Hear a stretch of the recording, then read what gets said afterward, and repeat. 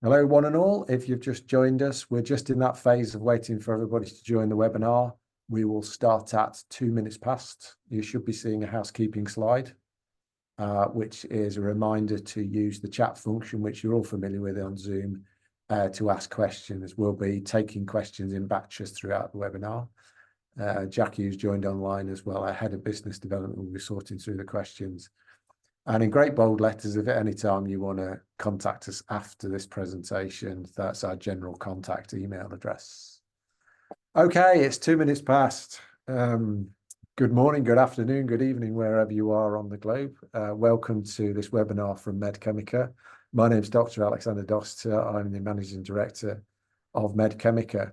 I'll be handing over to Lauren, who's going to do about a 55 minute presentation on the subject matter today, which is all about extracting information from patterns as start point of drug discovery and using our tools to design compounds. As I've said a couple of times, for those that joined early, please use the chat function to ask your questions, and there'll be several pauses during the presentation in which we'll answer those questions that have been sifted through from Jackie. Okay, without further overdue, let me introduce Dr. Lauren Reed, who will be doing the bulk of the presentation today. Over to you. Thank you. Okay, thank you for the introduction. I'm Lauren. I'm a cheminformatician at MedChemica, and I'm going to be talking about designing new compounds from pattern analysis using a cheminformatics workflow. So first of all, I'm going to introduce a patent corpus. So this is a corpus of 10 patents for the SOS1 protein. And then we'll look at two problem statements. The first one is, can we use our drug design software to analyze a pattern and design new project starting compounds? And then the second problem statement will be, can we use our software and in-house scripting to understand the congested regions of pattern space? We'll mainly focus on these three cheminformatics tools, and I'll talk more about how they work and their algorithms as we go through the slides. And then I'll hand it back over to Al, and he'll talk more about MedChemica and how to access our software. So MedChemica also have a consultancy wing, and we regularly perform pattern analysis to aid clients in starting new projects. Obviously, these projects are confidential, so we can't talk about the work that we do there. But through time, we've generated a workflow that we think is quite a nice workflow for analysing patterns and redesigning compounds to move out of the patent space. So we wanted to present this workflow. So to do this, we're using a case study of the SOS1 patents. So in 2021, we contributed to a review of the SOS1 patent space. This composed of 10 patents from 4 different companies or universities. And just to mention, we don't extract the data from the patents ourselves. To do this, we use Accelera or Nextmove. And that gives us the patent data in an accessible format, so a CSV file or a text file of SMILES and data. So as I mentioned, we'll look at 2 case studies. The first one, we'll pretend it's 2018 and Boehringer Ingelheim have released their first SOS1 patent. The question is, can we use MCPairs to analyze that pattern and start a viable project? Then we'll jump forward to 2021 and we'll look at the 10 SOS1 patents that are now available, and we'll use our software to understand the congested regions of patent space. Okay, so let's look at problem statement 1. This is the cheminformatics workflow that we propose for this problem statement.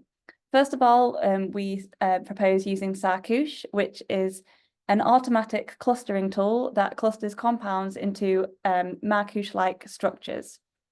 Then with those results, you can understand the SAR and the data and the chemical space covered by the patent, and you can use that to help choose a compound of interest to redesign. We'll then look at CoreDesign, which is a compound suggestion tool that suggests new compound cores based on our database of matched molecular pairs.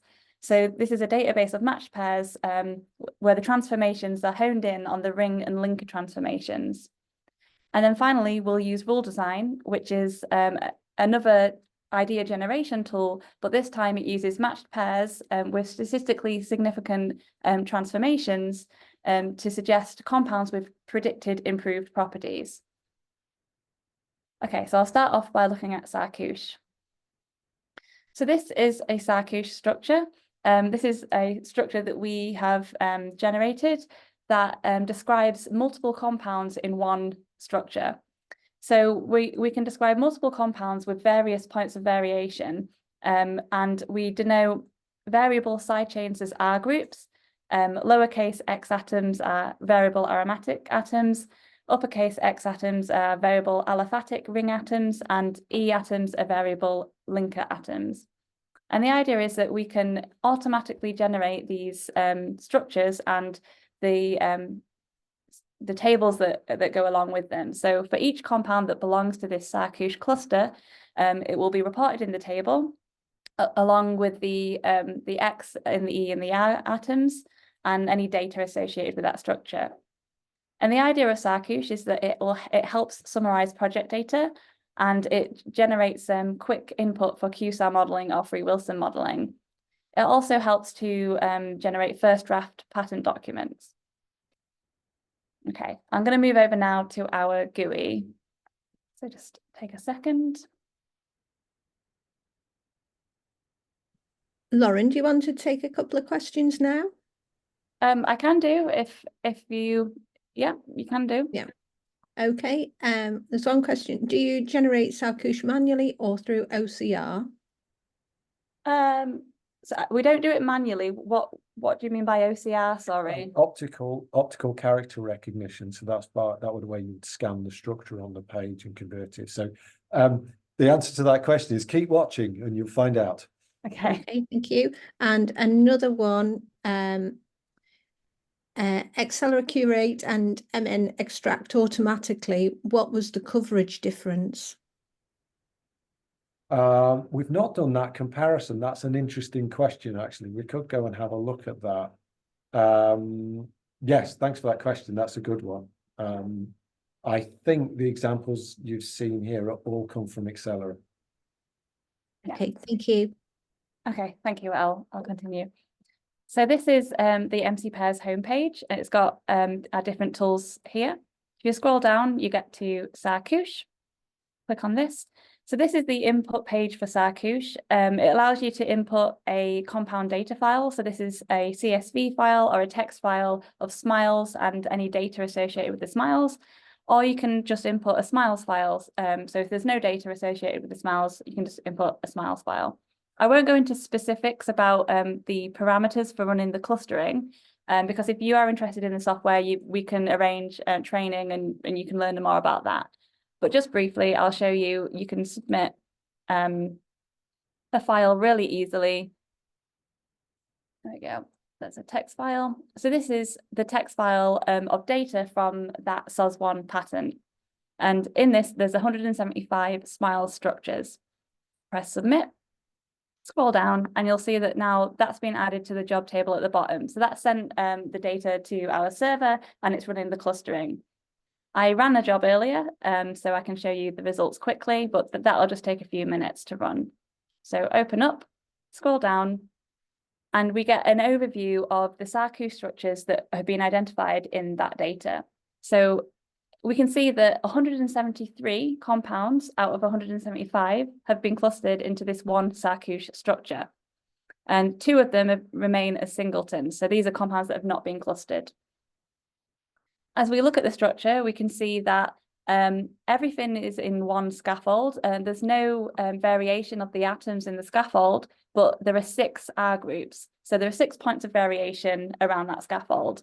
So it's interesting that the pattern hasn't covered any variation within the atoms of the scaffold, but it has covered the 6 R groups. If you scroll across, we can see the different data associated with the compounds in that SARkush cluster.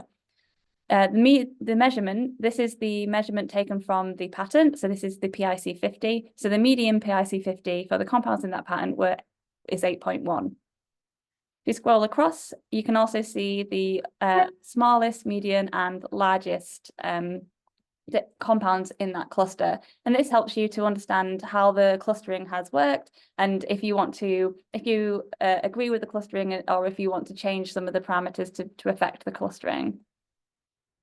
Okay, now I can click on the structure, or I can click on the tab.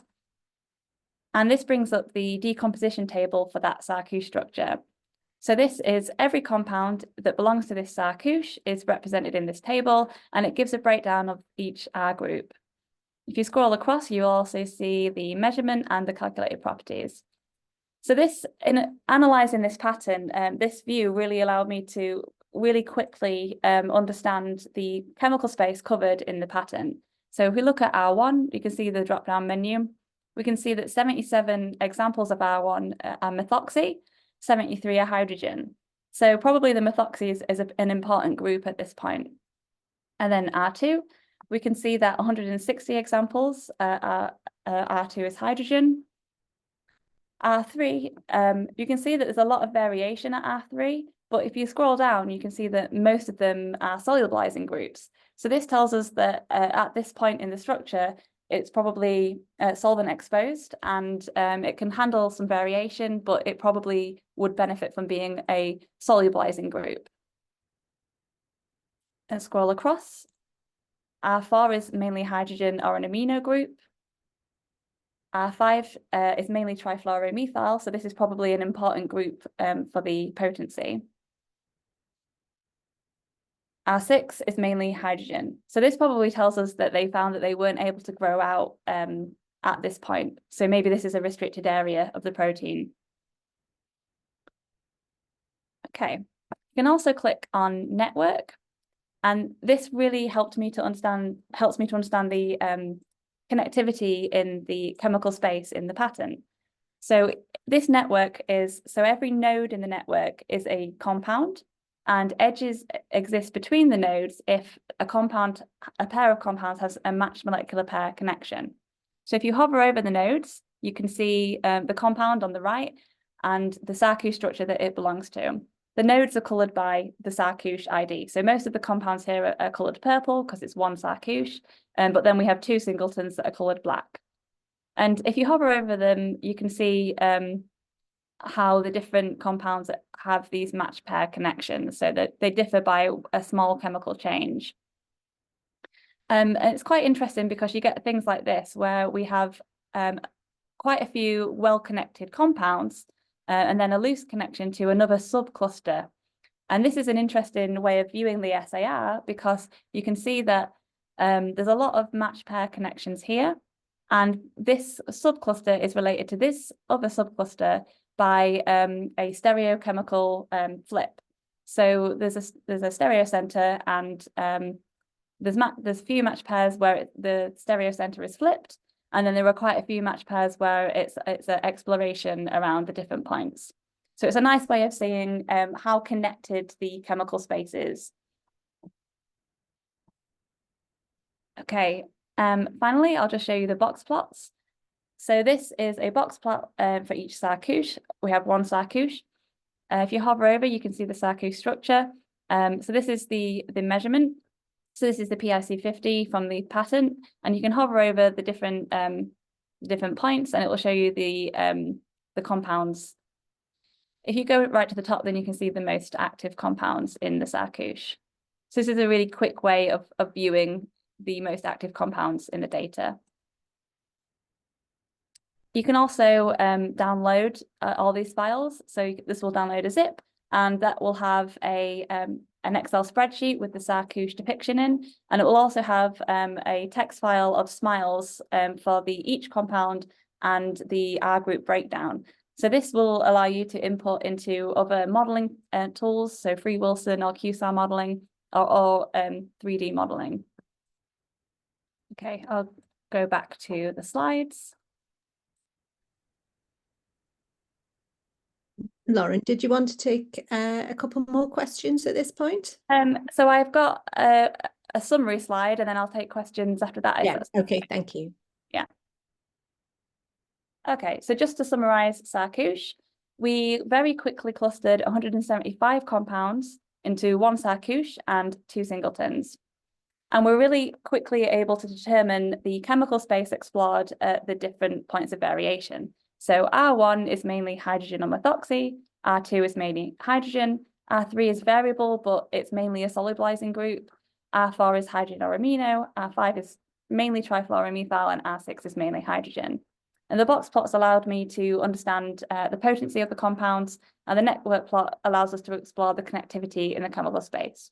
And then finally, we use SARkush, the output of SARkush, as input into various free Wilson tools to understand the contribution of each R group. So this is something that we are actively researching in MedChemica, and we hope that one day it will will come soon to SARkush. Okay, thank you. I'll take questions on SARkush. Okay, so the first question is the SARkush generated from extracted samples from the patent, and how do we manage prophetic examples? Sorry, could... Yeah, so yes, the SARkush is generated from the exact compounds that's in the patent. This has the ability of generating a representation of what's actually in the patent. The way that we handle the SARkush in the background, and it is available to users, and I would say at this stage for computational chemistry users, is you can then actually use that SARkush structure to match potentially newly generated compounds to see whether they fall within that kind of SARkush example. And we kind of, in some degree, kind of restricted to that one. It is possible to do it. There's other published methods out there. There's a degree of complexity to it, number one. And the second is it involves several hours of manual entry from the patent information and the patent itself to actually generate a system that can handle potential future compounds, if you like. Or and I guess actually what the question's asking is, if you come up with some compounds, have you got, can you do a test to see whether it's in the patent or not? Basically, that's the kind of question. So like, yes, we've got ways and means in doing that, and we can kind of show you how to do that basically. And of course got several avenues and several ideas of how we might expand SARkush functionality to kind of do that sort of thing. Thanks for the question. Okay, thank you, Al. Another question. Hi, SARkush, can SARkush consider data against specific target or multiple protein targets with the same chemotype? So currently, the input for SARkush, we only take one data column, but we're looking at implementing multiple data columns in the future. So we will be expanding the input so that you can have multiple data presented in the SARkush view. Okay, thank you. Another question is, can one upload the PDF file of the patent, which is structures as images? No, so we don't do that part of it. we do recommend using Accelerate or Nextmove. I mean, it's an interesting thing. There's in many ways, wouldn't that be nice? You can get all the information, of course, from Google Patents as well. So it's like whether we end up in a situation where you can do that, or actually one way or another, there is some degree of electronic availability of the information for us to do that. Chemistry, being the wonderfully diverse thing that it is, particularly in organic chemistry, presents quite a lot of challenges in directly reading the PDF. It's a nice aspiration to go for. Yeah, I think there are quite a few groups actively researching that. So yeah, it's not a completely solved problem. Yeah. Okay, thank you for that. Okay, thank you. Shall I continue? Yes, please, thanks. Okay, so now we've done the SARkush analysis, I'm going to talk about how we choose a representative compound to then try to redesign. And first of all, we're going to look at using CoreDesign to do that. So just to explain what CoreDesign is, this is an idea generation tool that suggests scaffold hop transformations to change the chemical core of your compound. So the idea is that these are transformations that are derived from matched molecular pairs where there's been a change in the ring or a linker. And all of these transformations have an associated bibliography of references. So these are matched pairs that we found in the literature. So we link back to the literature for you to explore. So let's say we've done the SARkush analysis, we understand the chemical space in the patent, and the med chemist had an idea, can we core swap the heterocycle to move out of the patent space? So what compounds can we input to CoreDesign to get good suggestions to answer this question? So the top side of the compound, so let's say that actually the bottom here, this is the area that we want to modify. So on the top, we can choose the most represented R groups. So we know that R4 is NH2, R5 is CF3, and R6 is hydrogen. This side of the compound is constant. So there are no R groups and there are no X atoms at this side of the compound. So this probably means that it's an important, this is probably an important functional group for the potency. So we don't want to change this part of the compound. And this area, so this leaves this side of the heterocycle for us to modify. We know that R1 and R2 are often hydrogen, and the variability at R3 seems to be tolerated, but is often a solubilizing group. So you might want to choose the most active, one of the top active compounds in the patent. So that would be this, for example, this structure. So this is one of the top active compounds, and the highlighted structure here, this is the chemical core that we want to modify. We also recommend using a more stripped back structure. So this is probably something more for the comp chemists, but we recommend using the stripped back structure because if you think about it, these transformations that we're applying are based on matched molecular pairs and found in the literature. And there are more examples in the literature of transformations that start from a CH than a C. So there are more transformations that we have available in the literature that start at this point. So we will get more results if we use a compound like this. But if you have access to the software, you can run both and see what you get and see what the results are, and you can decide from there. So I'm going to tell CoreDesign I want to modify the highlighted core. I don't want any more rings because I don't want a proliferation of the structure. And I do not want to make core substitutions. So if we're changing this core, we're saying we don't want any more substitutions coming off of that core. So we don't want to add methyls or chlorines or anything like that. We just want the R group that is already connected, and we want changes to happen to the core. Okay, I'm going to head back over to the GUI, and I'm going to copy that smiles because I can paste it in. Okay, click on the top and it takes me back to the home page, and then I can click on CoreDesign.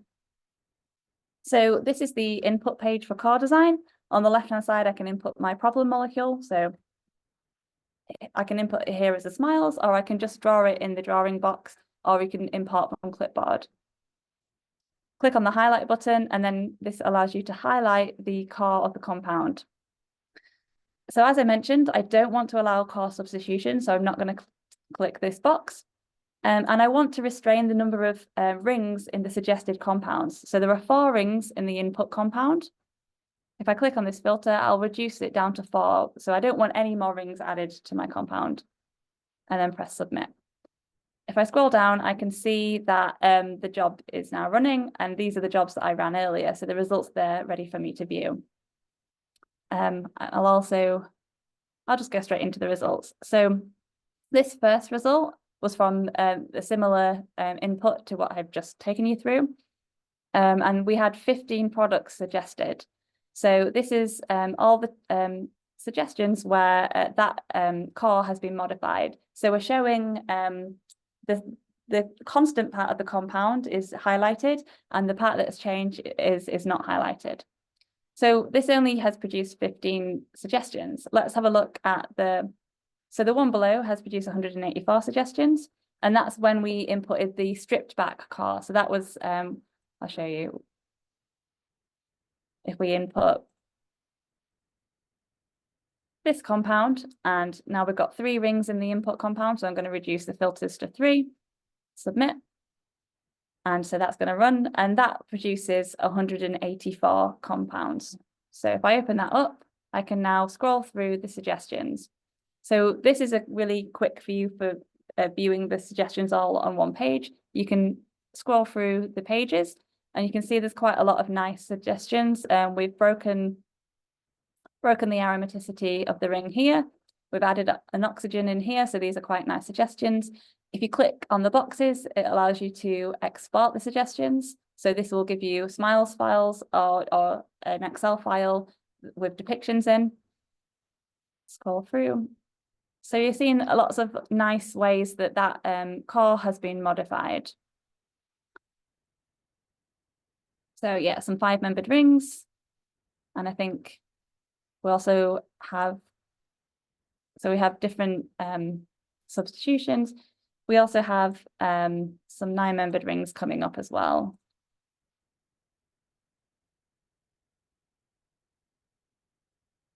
Yeah, right at the end. So we do start to see different heterocycles and suggestions.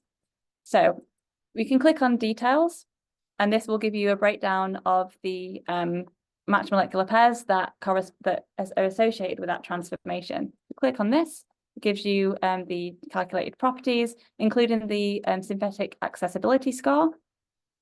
And it gives you a quick match pair analysis. This isn't a great example. I'll go back to a different example. Go down to here. That's the same. Okay.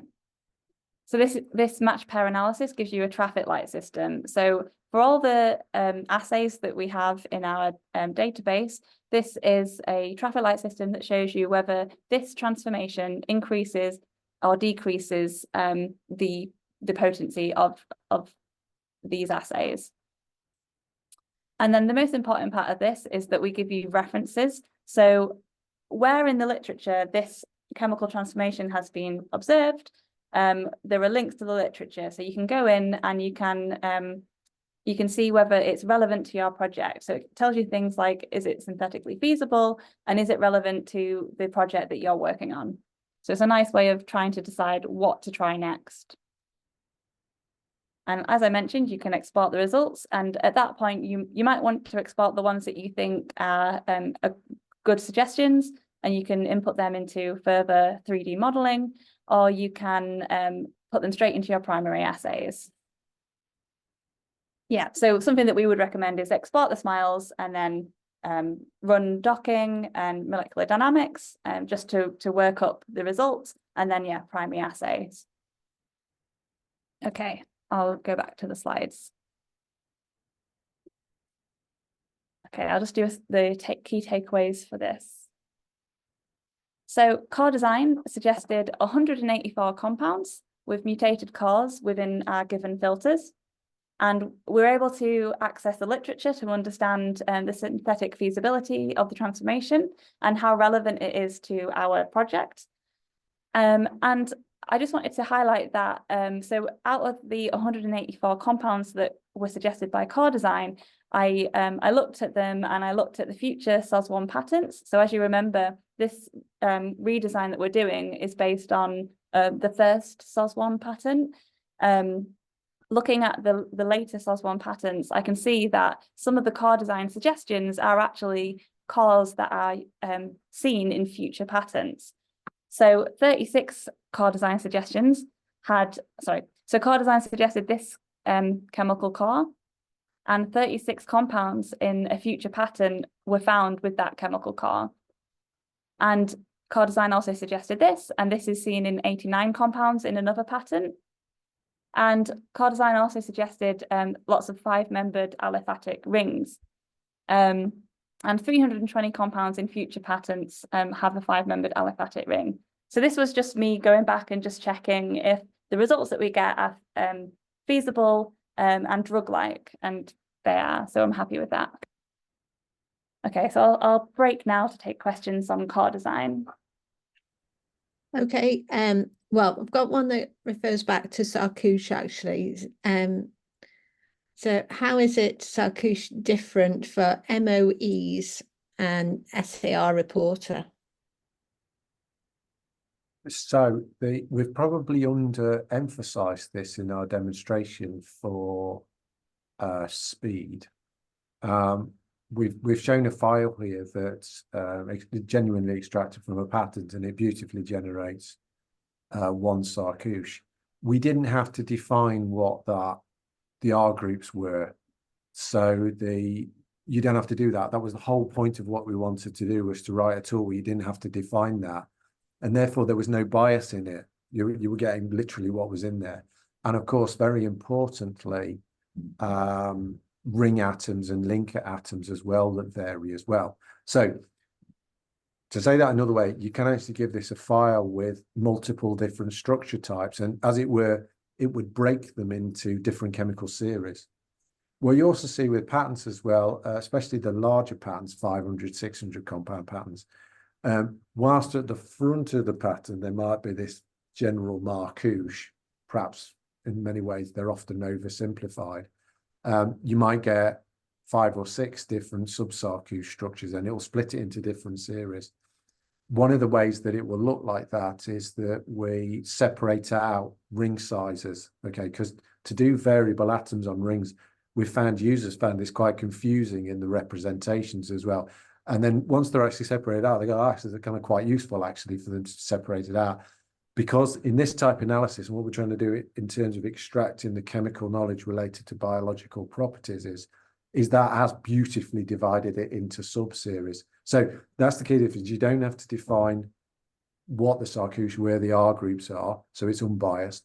You will give you variations on rings, and we'll split into different sub-series. We really wanted to automate that rather critical step. Okay, Yeah. thank you. I was just going to say, I can show you that in problem statement 2, I'll show you what the SARkush output looks like when it's separating multiple series into different structures. Yeah, okay. Thank you for that.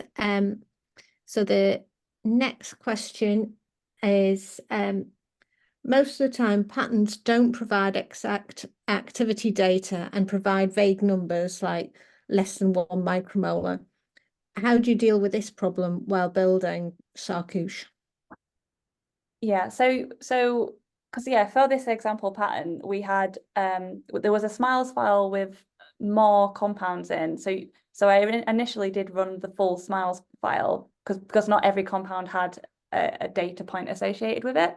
And that was, I could still visualize the chemical space explored in the R groups. But yeah, there's no data associated with it. But we do have, if you have data with sort of qualified data with more than or less than, then we do handle qualified data as well. So there's a qualifier against the data points. But the actual measurement is not critical to generating the SARkush. It's the chemical structures that generate the SARkush. So we can have gaps in the data as well, which is another way of saying what Lauren said. Okay, thank you. So how does the user check a novel core design against all patented or at least exemplified prior art? Chemistry, SciFinder, Reaxi? Yeah, it's good. So a couple of layers to this, as I mentioned before, where you can get the SARkush representation out and use this as a substructure search to look at your potentially novel ideas to see whether they fall within that SARkush or not.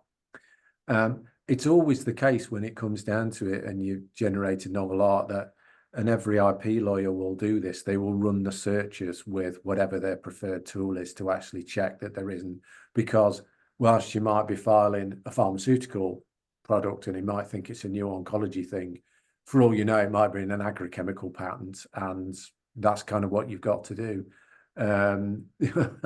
Yes, could we automate that? Oh yes, we could, but you know, more software licenses and access required as well, and complex system. It's all possible to do that for the right amount of cash, crossing palms.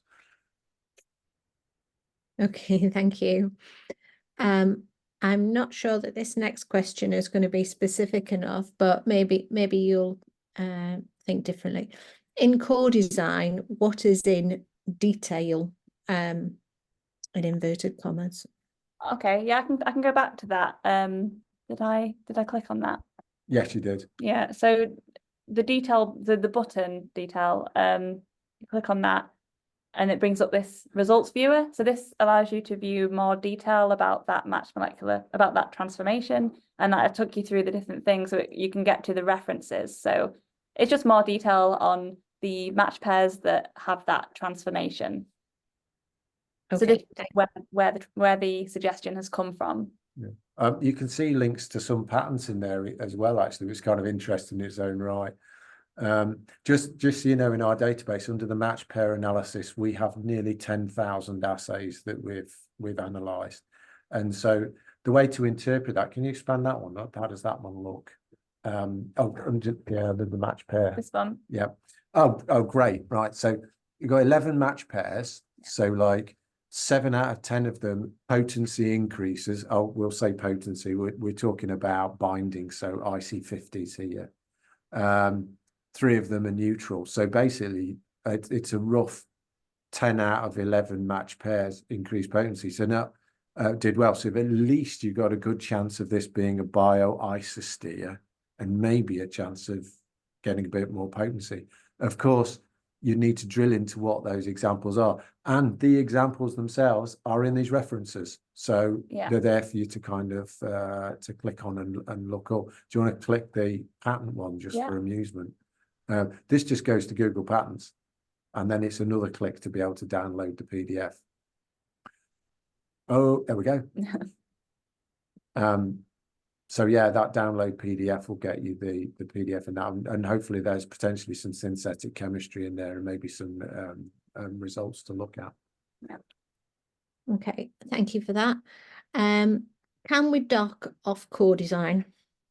So you can export Smiles files. So Smiles files probably is the input that you want for your docking software. So you can directly export that and then put it into whatever docking software you choose. Okay, thank you. No tail ends. Solubilizing groups missing in the final suggestion? Yeah, so solubilizing groups. So that's because so we inputted 2 different compounds. Let me go back to the slide. So the input compounds that we chose, yeah, so we inputted this compound and set this as the CAR, and that only gave 15 results.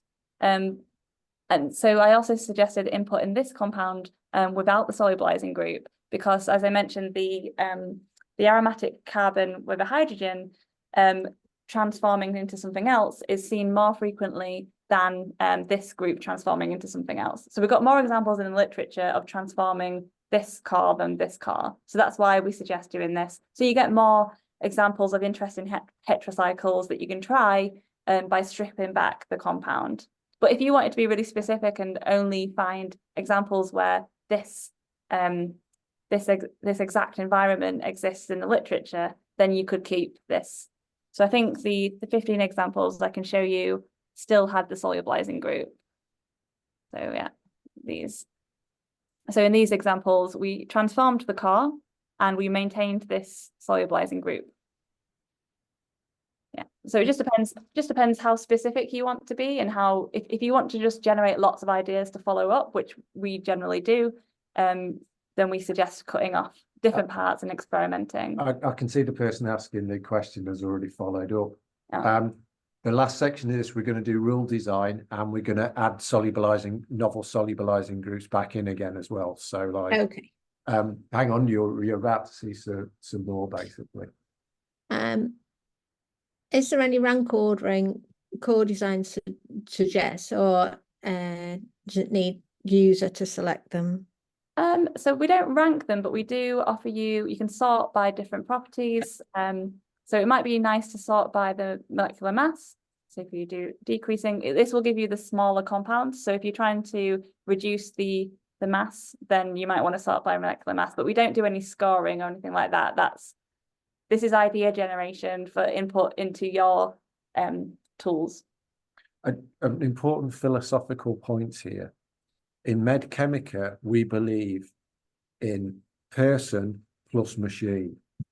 And the reason this is broken into steps is we think it's incredibly critical that the experienced medicinal chemist has time to control this and actually make decisions on the way through. This entire workflow, yes, we could automate this one, but we don't think that's beneficial. The process of a kind of bunch of stuff that's done by computers, and let's face it, it's tedious kind of stuff, and then lots and lots of really good ideas, and then the chemist has a chance to input. So actually the user selecting is a critical part of success here, basically, and we should celebrate that. Yeah. So you can scroll through them and click the ones that you are interested in going away and making, or you can just export them and import them into docking and FEP and things like that. Okay, so we have got a few more questions, but in the interest of time, I think we should carry on moving through the presentation, through the webinar, and we'll pick up some of these questions at the end if there's time, or they'll be answered online. Yeah. As we go. Thank you. Okay. Right. So yeah. So we've taken a representative compound from the patent, and we've used CoreDesign to suggest new chemical cores. Now, let's say we've gone away and tested those in a primary assay, and we found this hit compound. So this is one of the cores that CoreDesign suggested. So this nice heterocycle. And we want to go and improve the properties of this compound. So let's say we want to improve its solubility. For this, we suggest using RuleDesign. So RuleDesign is a matched molecular pair software, again, so it applies transformations, but this time the transformations are statistically validated to improve ADMET properties. So this is real data that we found in the literature, and we've done statistical analysis on it to determine what the effect of the transformation is on the properties. So I'm going to go straight to RuleDesign. And again, I'm going to copy that smiles. Okay, RuleDesign. And as you can see, RuleDesign looks quite similar to CoreDesign. So we try to design the input pages so that it's intuitive. You can paste the smiles straight in. So this is our structure. Again, you can draw them in, or if you know that the compound exists on our database, you can put the name in and it will find it on the database. So by default, we have the goal. So the goal, you have to choose a goal for a property to improve. So we want to increase solubility. So that's the default here. If you click on select, we also have a number of different properties available. So scroll down to DMPK. We have lots of transformations that improve metabolism. And under metabolism, for example, we have the different metabolism assays. So we don't mix the assay data. We have all the separate metabolism assays, and we categorize them all under one broad goal. But we're going to stick with solubility. And I'm going to press submit. And again, we have a really similar view. It's this jobs table. While that's running, I'll show you the results that I generated earlier. So this time we can see that 828 suggestions have been provided that are predicted to improve solubility. Let's scroll down. And this time I like to sort by, so you can sort by the different properties, or you can sort by the different assays. So I like to sort by one of the solubility assays, because that's what we're trying to improve. So scroll down. It's a really similar view to CoreDesign, but this time you get some more information about the matched pairs. So there are 48 matched molecular pairs where this transformation of adding this basic group is seen, and 45 out of 48 of them increase solubility. So this is showing us good ideas for trying to increase that solubility. You can see there's lots of different nice solubilizing groups. You can scroll across, and again, you can select the ones that you're interested in, and then you can export them and model them in other software. If you click on goals, So this shows you a pie chart, or we call it a pizza wheel, for the data associated with this transformation. So as you remember, we have in our solubility goal, there are 3 solubility assays, and these are represented by the segments. If you hover over, you can see that, so the ones that are coloured in green, there are lots of examples and they're all going in the good direction. So we have 48 examples and 45 of them increase solubility. In this example, we have 267 examples and 235 increased solubility. So this is a really reliable match pair transformation that increases solubility. You can also click on the drop down and we have this base array. So these are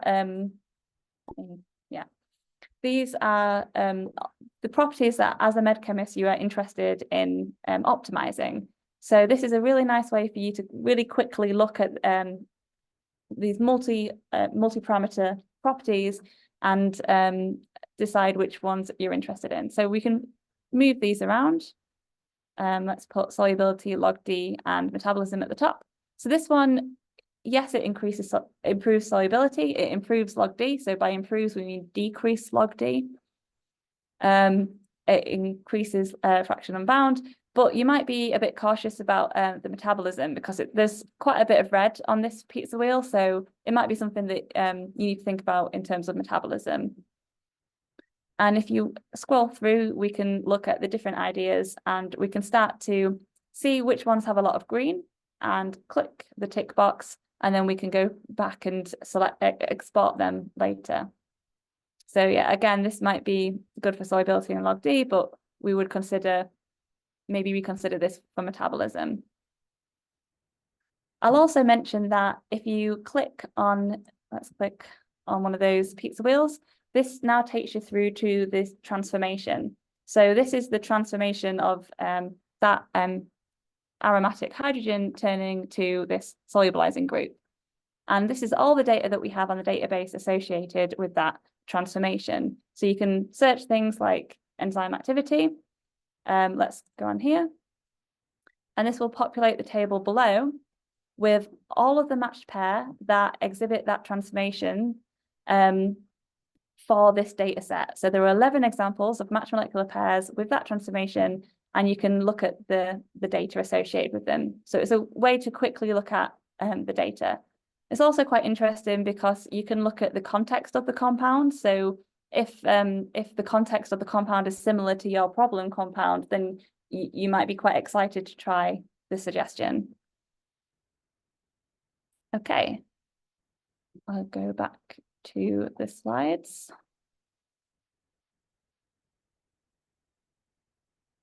And so to summarize RuleDesign, we were suggested 828 compounds with predicted improved solubility.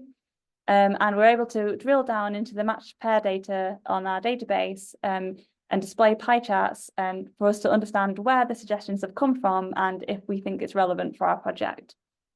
And then I also wanted to highlight, as I did with CoreDesign, that so the combination of CoreDesign and RuleDesign here has actually suggested a compound that when we look in the SOS1 patent review that was published in 2021, this is identified as a compound of interest in one of the future patents.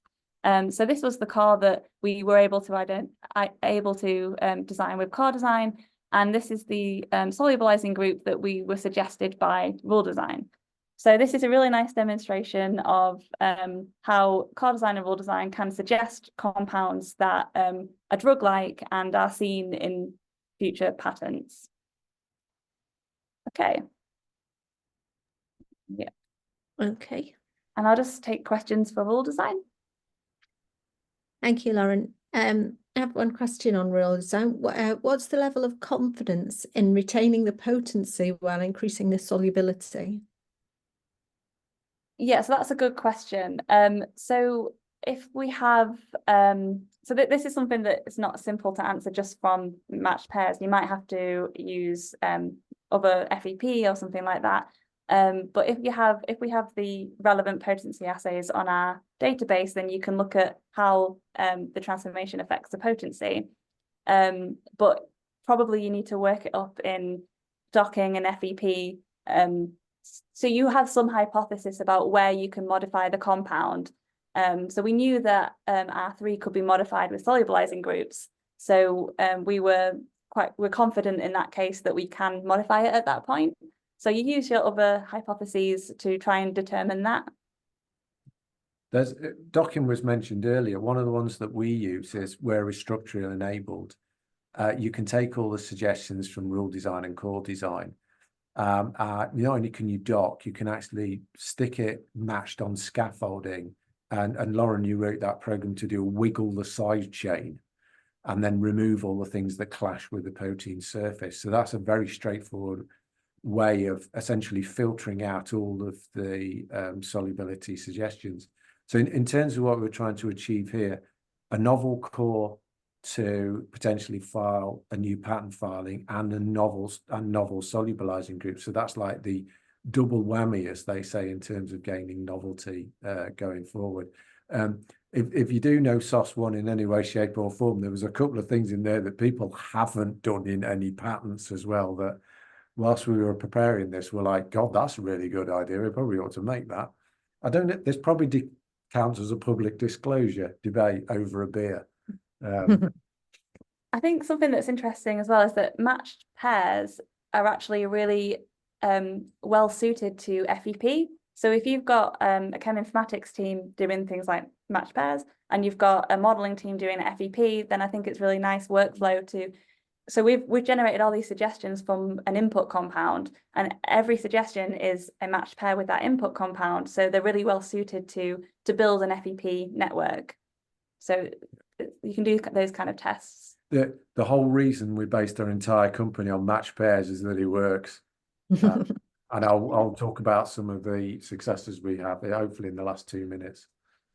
Okay, so we've got one more question, and then yeah, we'll move on in the interest of time. So metabolism prediction is it only for one CYP subtype or for all? Is it only primary metabolism, or to consider secondary metabolism as well? Yeah, I'll do this one quickly. So we went over it quickly, but you saw human liver microsomes, rat liver microsomes. So that's the microsonal fraction. That'll be all the CYPs in that mixture. You probably didn't see it. There was hepatocyte data in there as well. So we can also cover a degree of secondary metabolism as well. So no individual CYPs at all in our data sets. Okay, thank you. Shall I continue with the second problem statement? Yeah, and you probably have to go a bit quicker. Yeah, I'll go quickly. Okay, so, yeah, sorry. Well, oh, okay. I wondered if it was actually a better idea just to move on to Al's section and I tell you what, as it was asked earlier, okay. I'll try and do this in 60 seconds. Yeah. Sorry, Laura. That's all right. Can SARkush do multiple different compounds? We said, yeah, you can do this multiple. This is the output of multiple compounds. I was going to click on just a couple of slides. Yeah, so it's this one. Yeah, brilliant. That's all we want. So here's the corpus from 10 patterns. We put this into SARkush as one file, and it separated out all of the different series. And so what this map is showing, it gives an illustration of, you can see the top Bayer pattern there essentially broke down into 3 different SARkushes. So you can see a kind of general one and some actually ones that are quite specific. We could go into the details of how the algorithm does this, but over a corpus, you can then understand a more complex pattern picture here. So what we want to illustrate here is the ability for SARkush to automatically generate these structures without any human input, but also another higher level of analysis we can do. One of the ways you could do this is one of the companies in here was it's a way of demonstrating if you're challenged by a patent office to go, no, our compounds are quite different than the other ones because they don't overlap at all. So that was part of what this section of work was about. Okay, I'll hand over now. Yeah, thanks. If you'd like to know any more, contact at medchemica.com.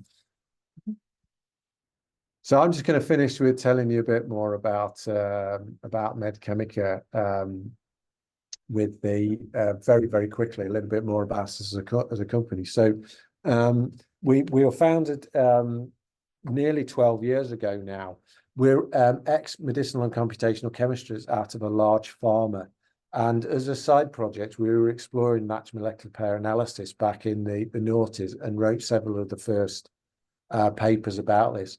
So we left and formed a company to say, can we write software and can we build and get hold of data sets? Because we really believe this will work. So we've got more than 15 years experience in building AI systems. And we also have the largest documented database of MedChem ADMET knowledge. What's this about? It's always been about saving time and money. We had that period of making thousands and thousands of compounds, but now we need to do LO in 200 or 300 compounds. We're not the only company doing it. And Xscienta happens to be one of the companies that use our system. It was asked earlier, is there an API to ask this? Our server has full REST API to it and full documentation as well.